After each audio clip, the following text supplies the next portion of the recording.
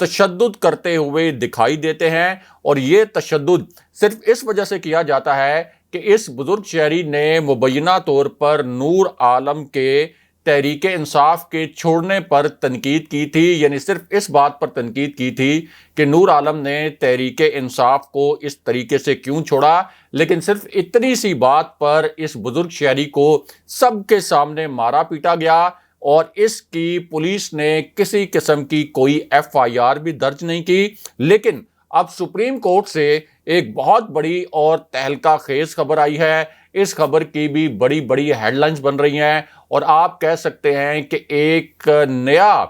عدالتی نظام کے لیے امتحان شروع ہو گیا ہے۔ اور اس خبر کا تعلق army chief general Qamar Javed Bajwa سے بھی ہے، اسی خبر کا تعلق DGISI جنرل ندیم انجم سے بھی ہے، اور اس خبر کا تعلق ایک اعلیٰ ترین اور حساس ترین اجلاس سے بھی ہے، اور آپ کہہ سکتے ہیں کہ یہ اعلیٰ ترین فوجی اور سول اجلاس ہوتا ہے۔ تو معاملہ یہ ہے کہ اس حساس ترین اور اعلیٰ ترین اجلاس میں army chief general Qamar Javed Bajwa بھی موجود تھے، DGISI جنرل ندیم انجم بھی موجود تھے، اور دیگر مسلح افواج کے جو سربراہان ہیں وہ بھی اس میٹنگ میں شریک تھے، اور ایک بہت بڑا بہت کلیدی نوعیت کا فیصلہ کیا جانا تھا اس اعلیٰ ترین سطح کے حساس اجلاس میں۔ اور پھر جو ڈسکشن ہوئی، جو مختلف تجاویز، مختلف آراء آئیں، ان آراء کی روشنی میں اور ان تجاویز کی روشنی میں، اور جو متعلقہ حلقوں نے انپٹ دیا، اس کے بعد ایک بہت بڑا فیصلہ کیا گیا، اور وہ فیصلہ یہ تھا کہ جو امریکہ سے دھمکی آمیز خط آیا وہ درست تھا، ٹھیک تھا، یعنی واقعی ہی وہ صداقت تھی کہ یہ دھمکی آمیز خط آیا، حکومت جھوٹ نہیں بول رہی تھی۔ اس کے بعد اسی اجلاس میں فیصلہ کیا گیا تھا کہ امریکی ناظم الامور کو طلب کر کے احتجاج کیا جائے۔ اب یہی خط جس کی توثیق army chief general Qamar Javed Bajwa, جس کی توثیق DGISI جنرل ندیم انجم، جس کی توثیق دیگر مسلح افواج کے سربراہان نے کی تھی، اب یہی خط ڈپٹی اسپیکر قاسم سوری نے چیف جسٹس سپریم کورٹ کو بھجوا دیا تاکہ وہ خود دیکھ لیں کہ اس میں تحریک عدم اعتماد کے حوالے سے دھمکی تھی یا نہیں تھی۔ اور اب سپریم کورٹ سے تصدیق کی گئی ہے کہ چیف جسٹس کے سیکرٹری نے یہ خط وصول کر لیا ہے۔ اور اب دیکھنا یہ ہے کہ جس طریقے سے آدھی رات کو اس سے پہلے سپریم کورٹ کو کھولا گیا، اتوار کے روز بھی سپریم کورٹ کی کارروائی ہوئی، تو کیا اس خط پر بھی اب کوئی فیصلہ آتا ہے یا سپریم کورٹ کی جانب سے اس خط کو نظر انداز کیا جاتا ہے؟ لیکن یہاں ایک بہت بڑی اور تہلکہ خیز خبر اور بھی ہے، اور یہ جو خبر ہے یہ اصل میں شہباز شریف کو لگنے والے ایک بہت بڑے جھٹکے کے متعلق ہے۔ شہباز شریف کی سموتھ سیلنگ بہت ہی برے طریقے سے پہلے ہی 2 دنوں میں متاثر ہو گئی ہے۔ شہباز شریف کو پہلا جھٹکا army chief general Qamar Javed Bajwa کو بھیجے گئے ایک پیغام کے بعد لگا تھا، اور یہ پیغام شہباز شریف نے جب بھیجا تھا army chief general Qamar Javed Bajwa کو، تو وہ بہت سیٹسفائیڈ دکھائی دیتے تھے، بہت مطمئن دکھائی دیتے تھے، اور ان کا خیال تھا کہ اس میرے پیغام کے اوپر army chief general Qamar Javed Bajwa کا بڑا پازیٹیو قسم کا ریئیکشن آئے گا اور بڑا مثبت رد عمل آئے گا۔ لیکن پہلا جھٹکا شہباز شریف کو وزیر اعظم بننے کے بعد اس وقت لگا جب شہباز شریف کے پیغام کے باوجود army chief general Qamar Javed Bajwa Shahbaz Sharif کی تقریب حلف برداری میں نہیں آئے۔ لیکن اب ایک تازہ ترین اور نیا جھٹکا شہباز شریف کو اور لگا ہے، اور ان کی حکومت کے لیے پہلے ہی ایک مشکل کھڑی تھی، اب ایک اور مشکل کھڑی ہو گئی ہے، کیونکہ MQM جس کی قومی اسمبلی میں 7 نشستیں ہیں، اور اس وقت شہباز شریف کو صرف 2 نشستوں کی برتری حاصل ہے۔ قومی اسمبلی میں 172 ارکان کی حمایت ضروری ہوتی ہے، 174 ارکان اس وقت شہباز شریف کے پاس موجود ہیں پوری اپوزیشن کے پاس، تو 7 ارکان رکھنے والی جو MQM ہے اس نے شہباز شریف کو ایک بہت بڑا جھٹکا دے دیا ہے۔ ابھی بھی اگر MQM شہباز شریف کی حکومت کو چھوڑ دے تو یہ حکومت گر سکتی ہے، اور اب MQM نے شہباز شریف کو پیغام یہ دیا ہے کہ آپ نے چونکہ کراچی کے حوالے سے جو معاہدہ کیا تھا ایم کیو ایم کے ساتھ اس کا ذکر بھی نہیں کیا، اس لیے ایم کیو ایم نے ناراضی کا اظہار کرتے ہوئے وفاقی کابینہ کا حصہ بننے سے انکار کر دیا ہے۔ بہرحال اب بات کرتے ہیں کہ عمران خان صاحب کے ایک انتہائی اہم پیغام رساں کی جانب سے D G I S I general Nadeem Anjum کو کس نوعیت کا اہم ترین پیغام پہنچایا گیا، اور مختصراً آپ کو army chief general Qamar Javed Bajwa کے خلاف سوشل میڈیا پر ٹرینڈ چلانے کے معاملے میں جو تحقیقات ہونی تھی اس میں جو پیش رفت ہوئی ہے اس سے بھی مختصراً آگاہ کرتے ہیں۔ تو معاملہ یہ ہے کہ ٹویٹر پر army chief general Qamar Javed Bajwa کے خلاف ٹرینڈ چلے جب سے یہ حکومت گری ایک غیر آئینی اور غیر قانونی طریقے سے اور ایک بیرونی سازش کے نتیجے میں، اس کے بعد فوج کی جو اپنی ایجنسیز ہیں وہ بھی متحرک ہوئیں، اسی طرح جو سول ایجنسیز ہیں جن میں ایف آئی اے سر فہرست ہے وہ بھی متحرک ہوئی، اور اب یہ دعویٰ کیا گیا ہے کہ ایف آئی اے کا جو انسداد دہشت گردی ونگ ہے اس نے سوشل میڈیا پر فوج کے خلاف مہم چلانے پر مبینہ طور پر 7 مزید افراد کو گرفتار کر لیا ہے۔ اب کل ملزمان کی تعداد 12 ہو گئی ہے، 9 ملزمان کے خلاف مقدمات درج کیے گئے ہیں، لیکن یہاں بہت اہم بات یہ ہے کہ ایف آئی اے کی جانب سے یہ خبر بھی سامنے آئی تھی کہ پی ٹی آئی کی جانب سے فوج کے خلاف کسی منظم سازش کے تحت ٹرینڈ چلانے کے کوئی شواہد نہیں ملے۔ کچھ لوگوں نے اداروں کے متعلق اپنا جو ایک آپ کہہ سکتے ہیں کہ تحفظات یا اپنے منفی جذبات کا اظہار از خود ضرور کیا، لیکن یہ جو ٹرینڈ چلانے کا معاملہ ہے اس پر ایف آئی اے کا کہنا ہے کہ کچھ پیجز جو ہیں وہ انڈیا سے بھی آپریٹ ہو رہے تھے، اور کچھ لوگوں نے یقیناً ہو سکتا ہے کہ اپنے طور پر ناراضی کا اظہار بھی کیا ہو۔ بہرحال اب بات کرتے ہیں کہ عمران خان کے پیغام رساں نے D G I S I general Nadeem Anjum کو کیا اہم ترین پیغام پہنچایا، اور مختصراً آپ کو عمران خان صاحب کے ایک نئے اور بہت بڑے سرپرائز سے بھی آگاہ کرتے ہیں جو عمران خان صاحب کا اب تک کا ایک آپ کہہ سکتے ہیں کہ خطرناک قسم کا سرپرائز قرار دیا جا رہا ہے۔ تو معاملہ یہ ہے کہ عمران خان صاحب کو 2 شخصیات نے ایک مشورہ دیا، اور مشورہ ایک ایسے وقت میں دیا گیا جب تمام حلقوں نے، یعنی جو پاکستان کے سیاسی حلقے ہیں، پاکستان کے طاقتور حلقے ہیں، جو فیصلہ ساز حلقے ہیں، ان سب نے یہ دیکھ لیا کہ جیسے ہی اس حکومت کو گرایا گیا بیرونی سازش کے نتیجے میں تو 2 کروڑ سے زائد لوگ سڑکوں پر آ گئے۔ پاکستان کا کوئی شہر نہیں تھا جہاں پر احتجاج نہ ہوا ہو، اور ظاہر ہے کہ جب عوام کا احتجاج ہوتا ہے تو اس کی جو تپش ہے وہ جہاں سیاسی حلقے محسوس کرتے ہیں، متعلقہ سیاسی حلقے، وہاں جو اہم ادارے ہیں وہ بھی اس کی تپش محسوس کرتے ہیں، اور یہ سچویشن کسی کے لیے بھی آسان نہیں ہوتی جب عوام اتنی بڑی تعداد میں سڑکوں پر آ جائیں۔ اب اس پوری صورتحال میں خان صاحب کو مشورہ یہ دیا گیا کہ آپ اگر یہ ہمارا مشورہ مان لیں تو اس میں آنے والے دنوں میں آپ کو سیاسی فائدہ ہو سکتا ہے، اور وہ مشورہ 2 نکات پر مبنی تھا، 2 نکات پر مشتمل تھا۔ اس میں ایک نکتہ تو یہ تھا کہ آپ قومی اسمبلی سے استعفے دینے کا فیصلہ فوراً واپس لیں،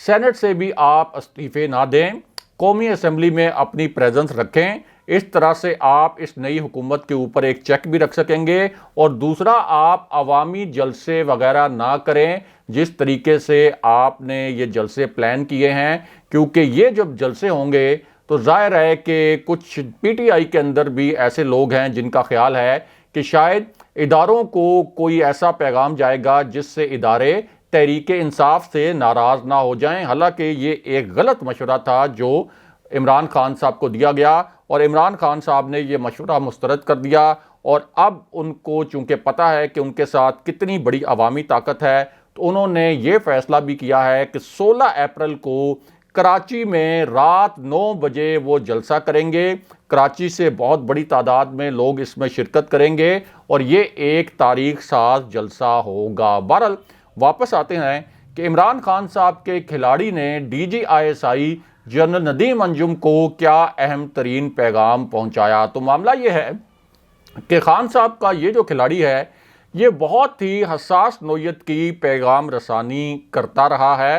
اب بھی کر رہا ہے۔ اسلام آباد اور راولپنڈی کے درمیان جتنے بھی پیغامات تھے، یعنی سول حکومت اور عسکری قیادت کے درمیان، وہ پیغامات اسی پیغام رساں نے پہنچائے تھے، اور حکومت گرنے سے 4 دن پہلے بھی 2-3 ایسے اہم پیغامات تھے جو یہ شخصیت اسلام آباد سے لے کر راولپنڈی گئی تھی، اور پھر راولپنڈی یعنی فیصلہ ساز حلقوں اور طاقتور حلقوں کے جو پیغامات ہیں وہ واپس عمران خان صاحب کو پہنچائے تھے۔ کچھ تجاویز بھی تھیں، کچھ آپشنز بھی تھے، ان کے اوپر بڑی تیزی سے آخری 4 دنوں میں پس